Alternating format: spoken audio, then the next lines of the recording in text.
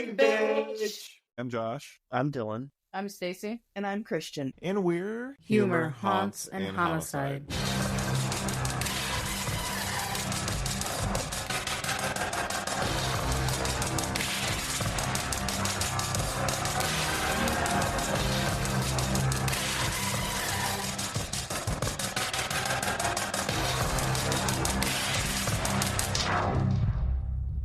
We're back. It is episode 5 of our season 3 session for you all today. Thanks for listening. And we're going to dive right into what we are loving, obsessing about, all things that make us happy. Who wants to kick us off? I'll kick us off. My obsession is Mariska Hargitay. I love this woman. I just recently seen her on TikTok, and I have seen every single episode of SVU, and I think I just might have to start it over again. I love her. She's amazing. How many seasons have you watched? Have you seen it all? I don't think I've seen all of them. I think I've seen maybe up to like 17 or 18. They have 23 seasons, so that's crazy. Was it 23 or 26? 26, actually. Yep, I stand corrected. That's so many. I can't wait to dig back in. That's dedication. My obsession is Sarah Michelle Gellar, also Buffy, which is really one and the same. I've seen the series from start to finish in my life probably 7, 8 times, maybe more if I'm being honest with myself. I'm obsessed. It just is what it is. They're bringing a revival series back for Buffy. She's supposed to be starring in it. I don't really know what the whole premise of it yet is. They ended the last series, basically, for those of you that have seen it, you already know, since it ended in 2003. But essentially, there is a spell that is made so there's not just one Slayer in the world. Anyone that has the potential to be a Slayer is now a Slayer, which then allowed Buffy to be able to live as a normal person because anybody could fight crime. It didn't only have to be her now. So now I don't know how they're going to tie that back into a revival, but I'm excited. I've never watched any of that. Oh my God, please give yourself a favor. Give yourself a favor? That doesn't fucking make sense. I'll give myself a nice favor. Give yourself a good old fave. I've actually never seen it either. Oh, stop it. All of you? Really? Yeah. Oh my God, I'm old. Josh, are you the oldest out of all of us? Yes. You know what? That just means I have a little more life experience, and I'm going to pride myself on that. All right, cool. Yes, I am almost 38 years old. Oh God, that hurts. That puts me at 37. That definitely hurts. I feel the pain. Dylan, you're a baby? Yes, I'm actually the youngest out of the whole group. I will be 30 this year. Aw, dirty 30. Just a little baby. Yep, the baby of the group. Well, what is baby obsessed with? Probably Mario Party. We play religiously, and it's just a game that's fun. You say you love each other in the beginning of the game, and stars get stolen, things get stolen, people get called names, things get said, and it's all within love. I mean, we all love each other, but during the game, come for the jugular, say things, whatever I mean, we are just ruthless to each other. Dylan, I still hate you. Oh, because you lost? Because you stole my star? Oh. I guess I would have to say my obsession this week would definitely be Big Bang Theory. This is like the 6th time that I've watched it in a row, and I'm starting all over again. Do I cry at the last episode every time? Yes, the answer is yes. Sheldon has a heart, and it's interesting. So I like the character development and all of that, so I'm pretty much obsessed with that show still. Confession, for me, I've never seen a single episode of that show. See? That's crazy. Well, until you watch Big Bang, we're not watching Buffy. We can have a collateral swapsies of recommendations. Yep. Do it. I hear that you finally got into the Grosse Pointe Garden Society.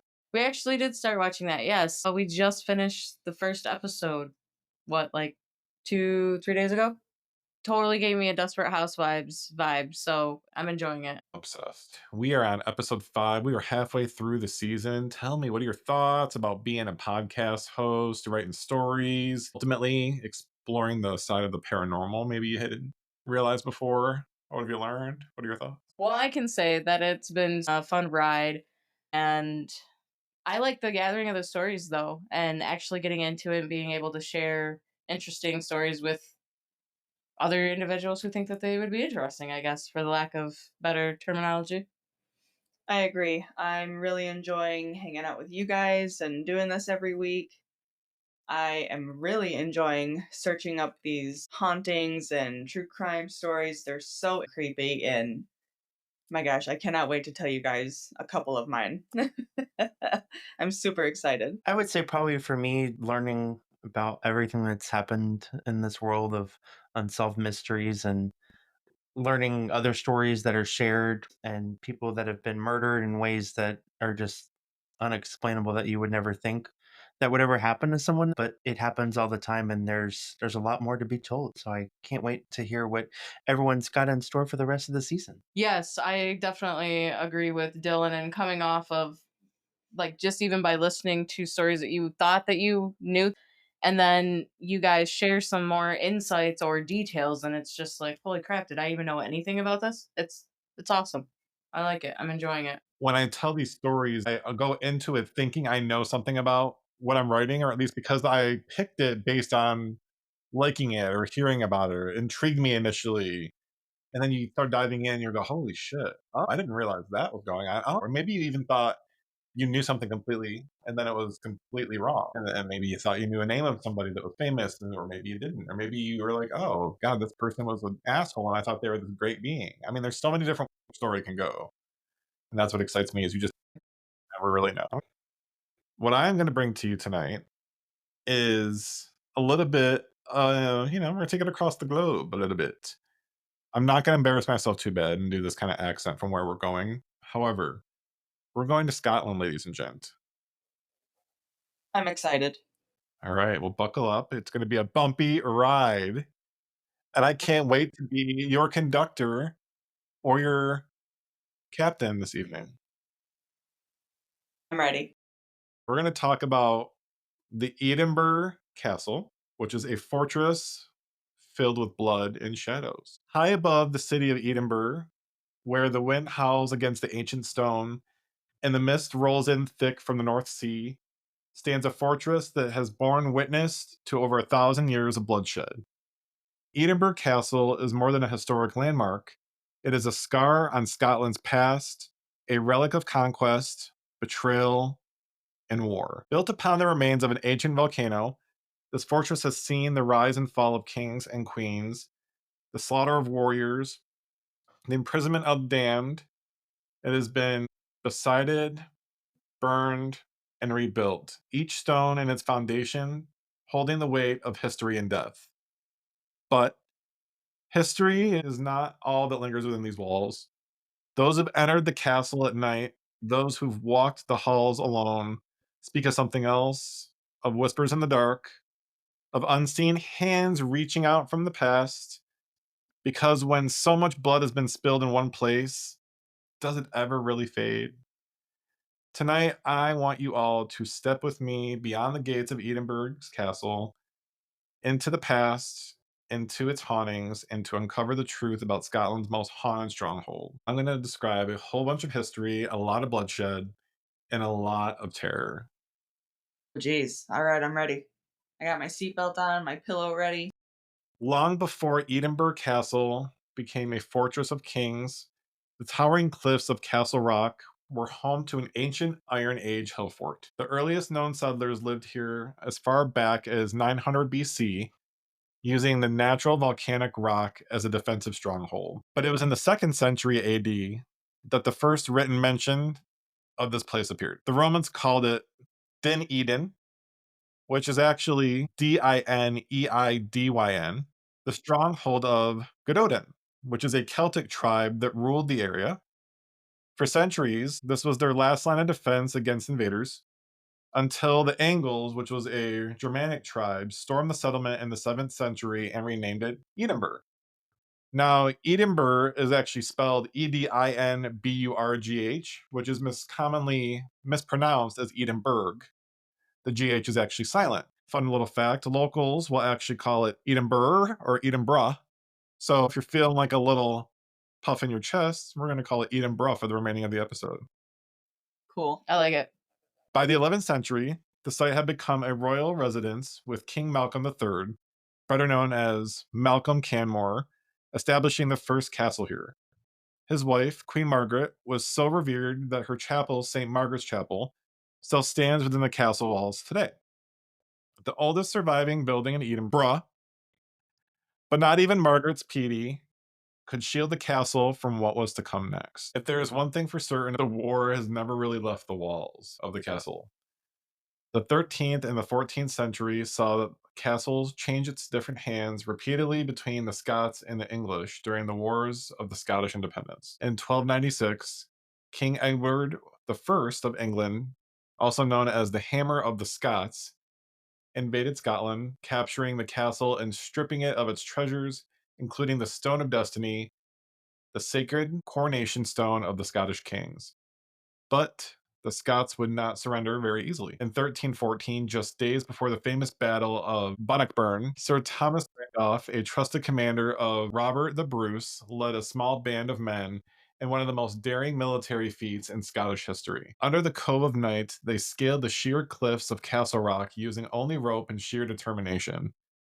The English garrison, thinking that the castle's impenetrable form from each of its side had left it unguarded. However, in a swift and brutal attack, Randolph's men reclaimed the fortress of Scotland. But the victory was short lived. In 1335, the English once again led siege to the castle.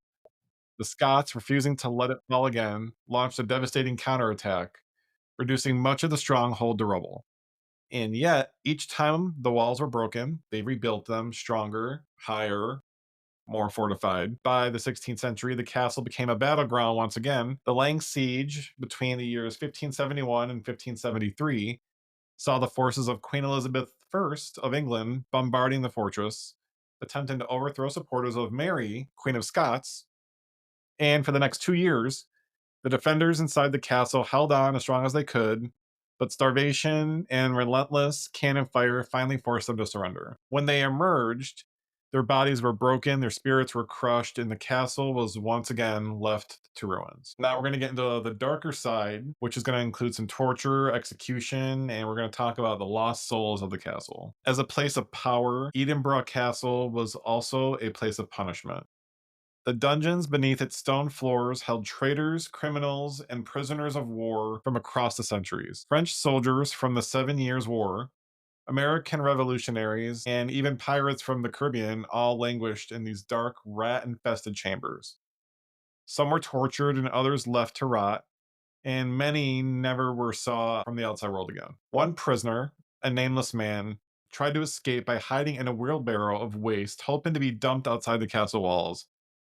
Anybody want to take an idea of what happens next? No, gross. But I get it. I would rather stay inside the castle. I wouldn't be inside of a wheelbarrow full of waste. I'm good on that. My gosh. Love, your stomach couldn't handle that. Yeah, no kidding. You would vomit everywhere. Let's talk about what happens next. Let's do it. Now, this barrel of waste, nameless man thought he was getting freedom, but instead of that, he met a gruesome fate, being tossed over the cliffs and ultimately plummeting to his death. His broken body was found on the jagged rocks below, and the legend has it that his spirit still roams the castle to this day. Visitors have reported feeling unseen hands pushing them toward the edge as if the ghost is trying to take others with him to his own personal abyss. But he is not the only restless soul abound. With a past soaked in blood, it is absolutely no surprise that the Edinburgh Castle is considered one of the most haunted places in the entire world. Countless visitors have reported ghostly encounters, strange and eerie sensations, so much so that in 2001, a team of scientists conducted a paranormal investigation, locking volunteers inside the castle overnight. The result, you might ask? Over half reported inexplicable cold spots, sudden feeling of terror, this awful sensation of being watched. And one of the most famous spirits in the castle is the Phantom Piper. According to legend, centuries ago, a young bagpiper was sent into the underground tunnels that supposedly connect the castle to the Royal Mile. He was told to play his pipe so that the above could track his progress. But then the music suddenly stopped. A search party went down. The boy had vanished without a trace. And to this day, many claim to hear faint sounds of bagpipes playing beneath the castle, a song with no source. Then there is the headless drummer. First spotted in 1650, right before Oliver Cromwell's forces attacked Edinburgh, He is said to appear whenever disaster is about to strike. Witnesses describe hearing rhythmic beating of drums before seeing a figure march through the corridors, headless and also relentless. The dungeons hold their own little bit of horror. Some visitors report hearing desperate whispers, feeling ice cold hands brushing against their skin. Some even report seeing shadowy figures lurking within the corners. The spirits of the prisoners who suffered in unimaginable ways may still be trapped here, their pain echoing throughout time. Perhaps the most chilling report comes from inside the castle's hidden rooms, where visitors have experienced sudden dizziness, unseen forces grabbing their clothing, and a heavy sense of dread, as if something is unseen, they're watching them and they're waiting for them. Today, Edinburgh Castle is a major tourist attraction, a symbol of Scotland's resilience and strength. But for all its historical grandeur, there is something more lingering within the walls. Those who have entered at night, those who have walked alone down the stone corridors, have felt it, the past refusing to rest, the spirits of the fallen still marching through the shadows. If you ever find yourself standing beneath the towering walls of Edinburgh Castle, listen closely. You may hear the distant wail of a bagpipe, the ghostly beat of a drum, or the whisper of a prisoner long forgotten. Here in this fortress of blood and stone, the past is never truly at rest. For over 3,000 years, Edinburgh Castle has stood witness to war, betrayal, and death, and it stands today as Scotland's most visited site, not just for its history, but for the ghosts that still haunt its halls, for the soldiers that still march, for the prisoners that still wail, for the phantom piper's tune that still lingers beneath the ground. And this, ladies and gentlemen, is the Edinburgh Castle. Oh my gosh, that was great. And I'm pretty sure I heard you say at one point there was somebody walking alone, and I'm fucking not doing that. Somebody's going with me. I don't care. Oh no, with a buddy and my 4 best friends? Fuck yeah, let's go. Let's go. That would actually be interesting. I would love to go there. I've always wanted to go to Scotland. Yeah, I just don't know if I would volunteer to stay overnight with the ghost. No, I'm like definitely tourism and stuff like that in the day with the lights on. No creeping around. Don't play with my clothes. Don't fucking touch me. I will scream the girliest scream you have ever heard. Yes. Same. Wish you could have been there for the Marshall House experience, because that little tiny child of a ghost that was running through the halls with no child flesh, it was just so scary. What? No. Yeah, we were just standing in the middle of the bedroom and we just heard something laughing and running, and there was nobody out there. We immediately opened the door. There was nothing there. I walked around the hall. There was nothing there. It was like you could hear a pin drop. It was so quiet. There was nobody there. I would probably start rolling my hard laugh because I would be so scared I wouldn't know what else to do. And then what if they think I'm making fun of them? I would be shitting my pants. I'd be like, all right, I done shit. I gotta go. We gotta go. I can't stay. Yeah, for me, I wouldn't want to hang out. I mean, we were staying there as our hotel, but we couldn't just be like, "Oh, why are you leaving?" Well, because we heard children running around, and there's no children here. Like, they know it's a haunted hotel, but I mean, we did hear children running around. We were there 3 nights total, and 2 of the nights we heard what sounded like children just skipping in a hallway, and you open the door and ain't no one there. Well, we should definitely try to make that a goal of ours as all of us together to Scotland for sure. Hell yeah. Add it to the bucket list. All right, babe. I gave you some good old across the sea fun. What do you got for us? Yeah, so my story, it actually takes place in Norway. My story is the mystery in Norway's Ice Valley. In the cold and desolate landscape of Isdalen Valley, near the city of Bergen in western Norway, lies a mystery that has haunted investigators for decades. The tragic story of the Isdal Woman, whose charred remains were discovered in 1970, continues to perplex experts and inspire eerie theories. This story begins in the shadow of Isdalen Valley, a place that would become forever tied to one of Norway's most chilling and unsolved mysteries. On the morning of November 29th, 1970, a father and his 2 young daughters were hiking in Isdalen Valley a remote area just outside Bergen. As they walked along the snow-covered trail, they stumbled upon an unsettling sight, something that would set off an investigation that would last for decades. The body of a woman was found partially burned and lying near a cliff, seemingly abandoned and left to the cold elements. She had been set on fire, her face and hands disfigured by the flames. The authorities were immediately called to the scene, and forensic experts were dispatched to investigate the mysterious death. The woman's remains were discovered along with several strange items. Also located or placed near the body, they were all affected by the fire, were including an empty bottle of St. Haliver liqueur, 2 plastic water bottles, a plastic passport holder, Say that 5 times fast. rubber boot, a woolen jumper, a scarf, nylon stockings, umbrella, a purse, and a matchbox. The passport was beyond recognition due to the fire, leaving authorities with no clue about her identity. There was also a watch, 2 earrings, and a ring.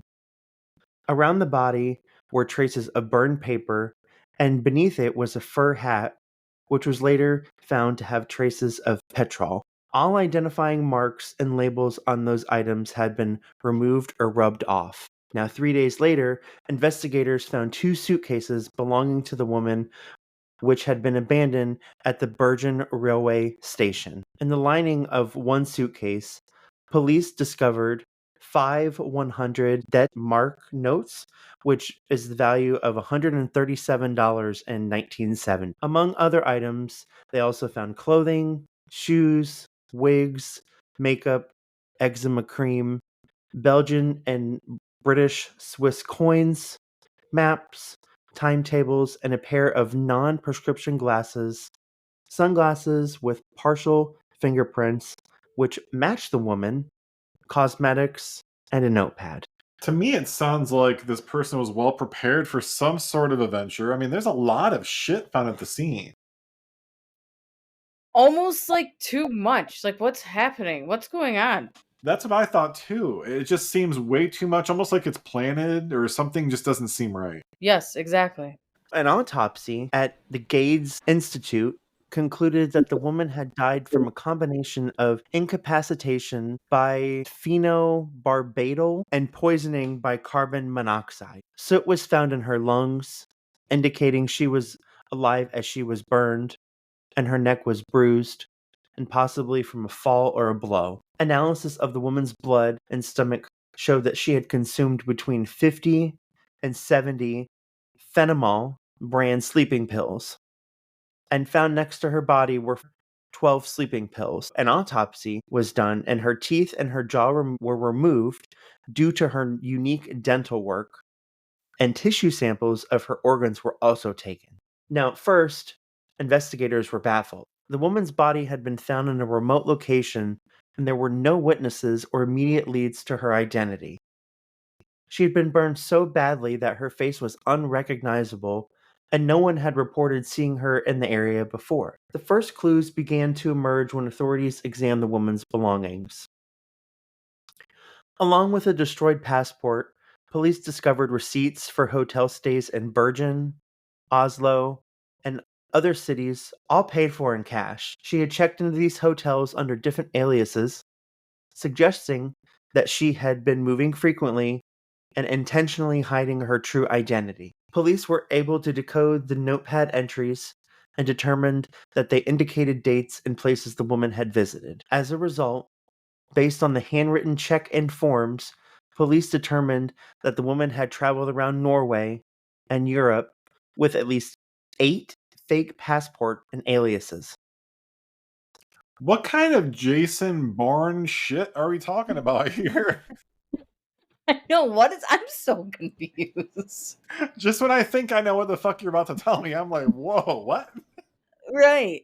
Now, while details such as birthdays and occupations changed from one form to another, she consistently gave her nationality as Belgian.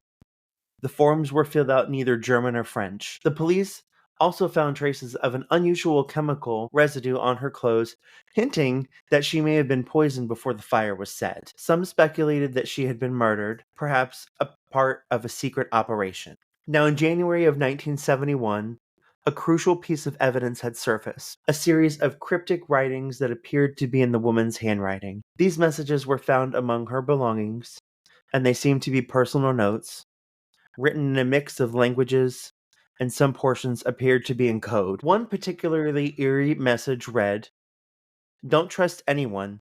The shadows are watching." The cryptic line left investigators puzzled. Was it a warning? A coded message? Some speculated that the woman was involved in espionage, and the strange letters could have been part of an operation that had gone wrong.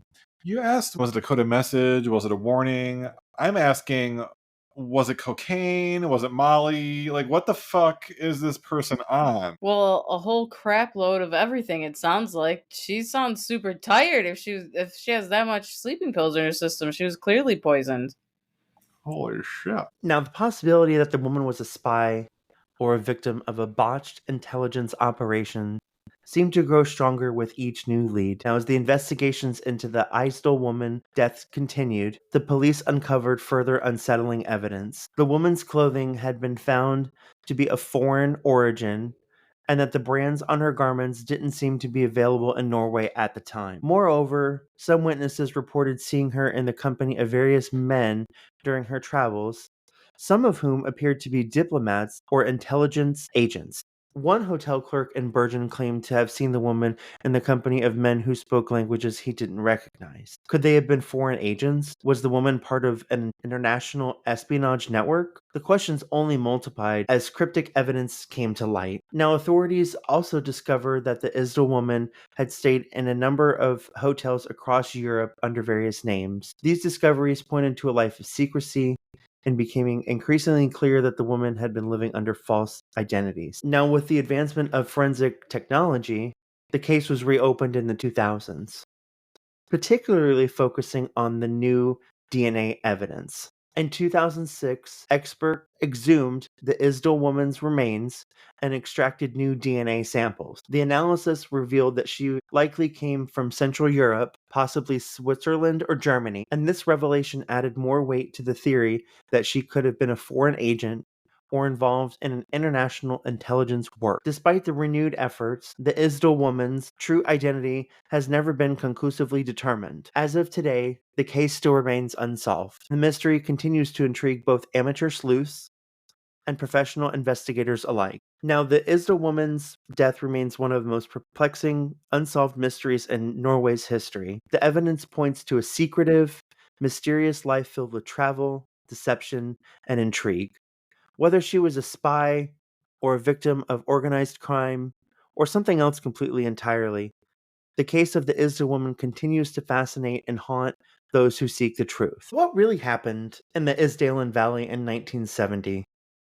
We may never know for sure, but the chilling mystery of the Isdal woman will undoubtedly remain one of the most unsettling stories to emerge from Norway's icy wilderness.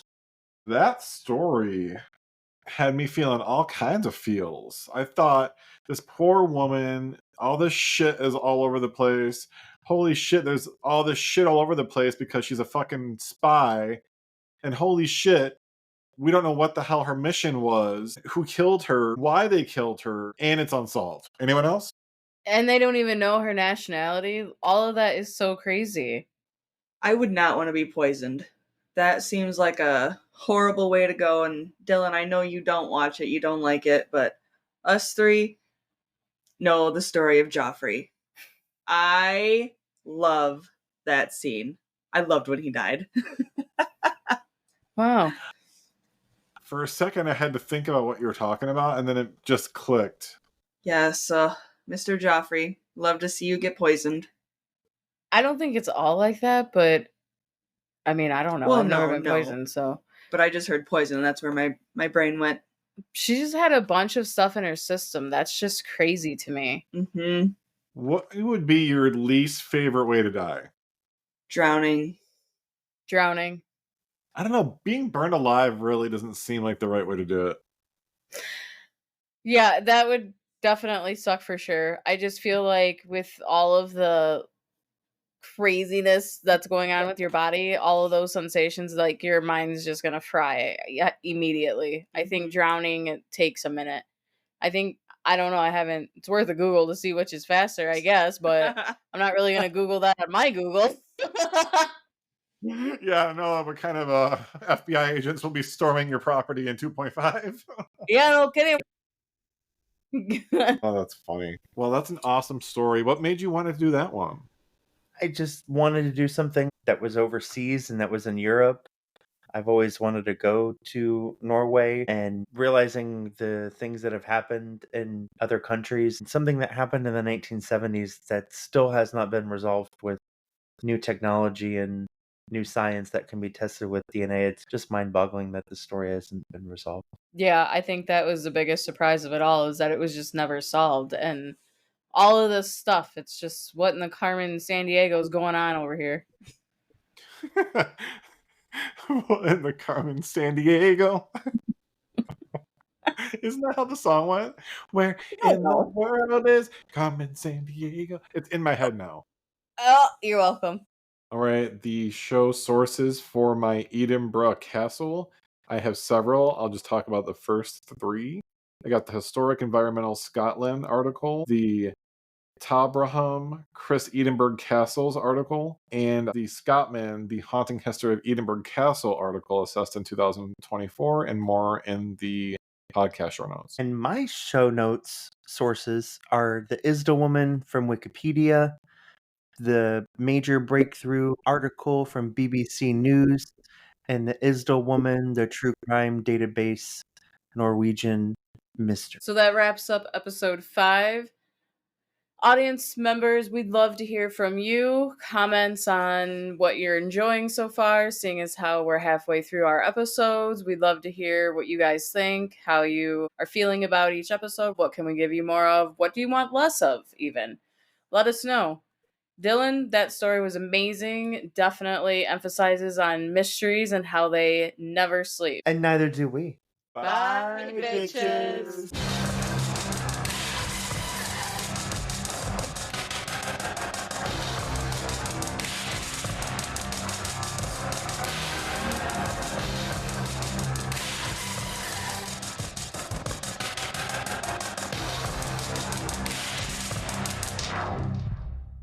Humor, haunts, and homicide.